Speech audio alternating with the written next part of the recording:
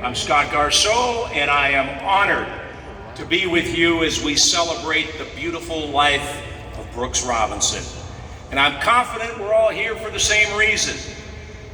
We love Brooks Robinson.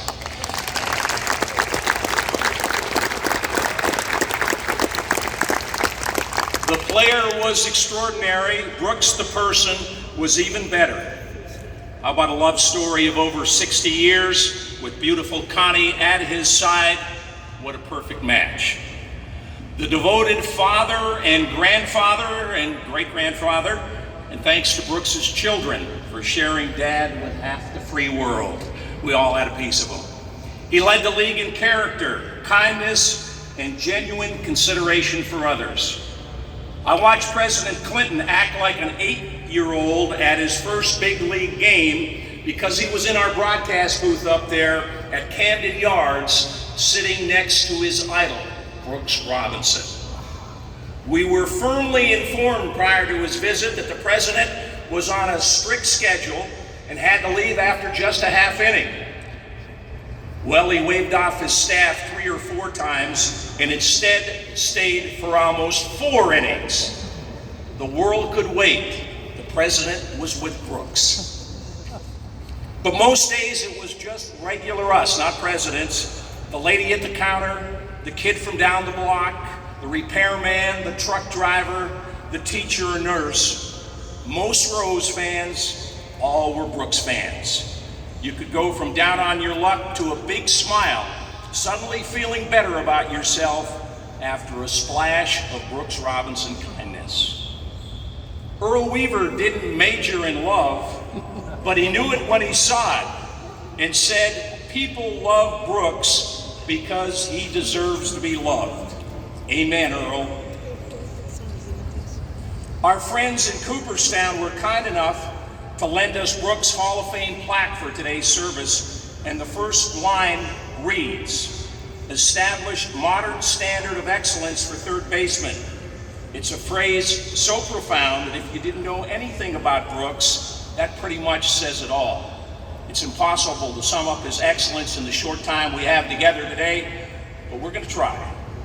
Mr. Oriole spent 23 seasons with the club, starting in 20 consecutive opening day games.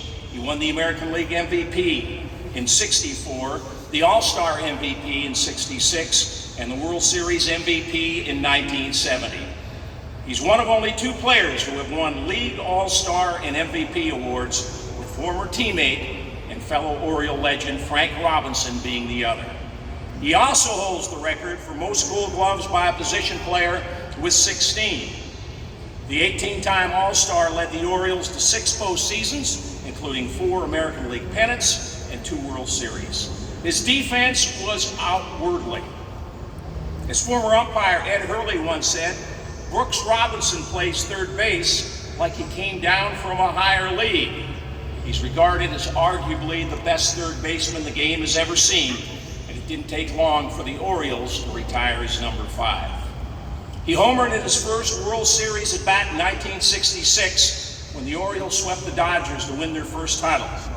But it was his performance in the 1970 World Series, considered among the best ever in the Fall Classic, that cemented Brooks' status as a Hall of Famer. While he put on an offensive clinic, it was his defense that shined brightly.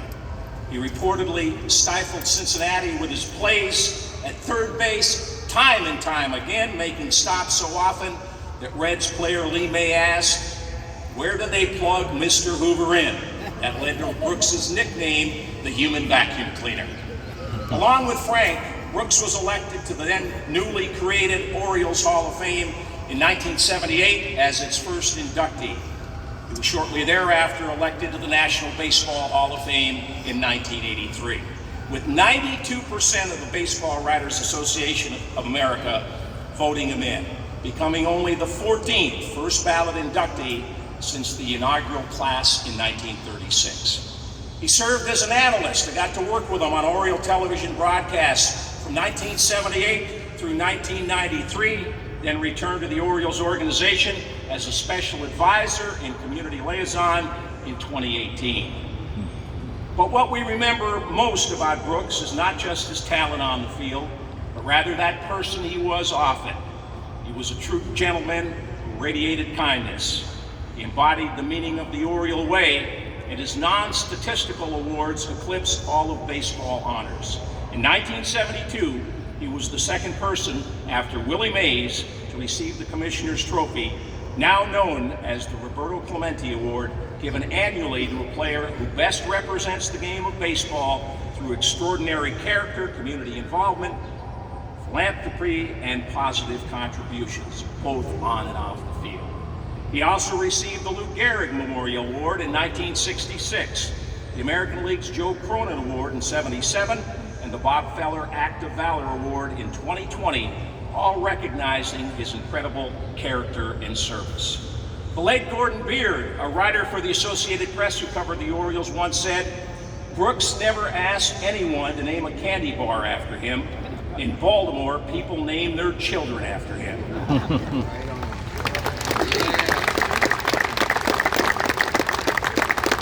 You know what? We might have a few today, so we ask those in attendance who are named Brooks to please stand right now.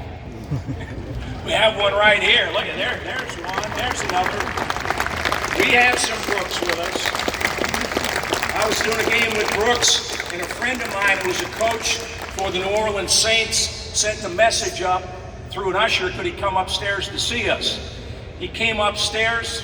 I think he was happy to see me, but he was more happy to see Brooks, his idol. And he introduced his 12-year-old son to Brooks. His name, of course, was Brooks. He too was named after Brooks. Just a small sample size of the number of people named after Mr. Robinson, and it's incredible to see the impact he's had on people of all ages and backgrounds. Despite Brooks being removed from the game for 46 years before he passed, he still carries the affection of our city and the entire baseball world, and we know his legacy will continue for generations to come. Brooks Robinson was a Hall of Fame human, and today we pay tribute to that historic career and legacy. In '82, the Major League Baseball Players Alumni Association created the Brooks Robinson Community Service Award, given annually in his honor to a current or former Major League player, coach, or manager whose community service exemplifies the unselfish and humble attitude of Brooks Robinson, bettering the lives of youth of his community. We're thankful to have MLBPA Board Chairman Jim Hannon and MLBPA President Jim Thome with us today. Thanks for being here with us, guys. Jim.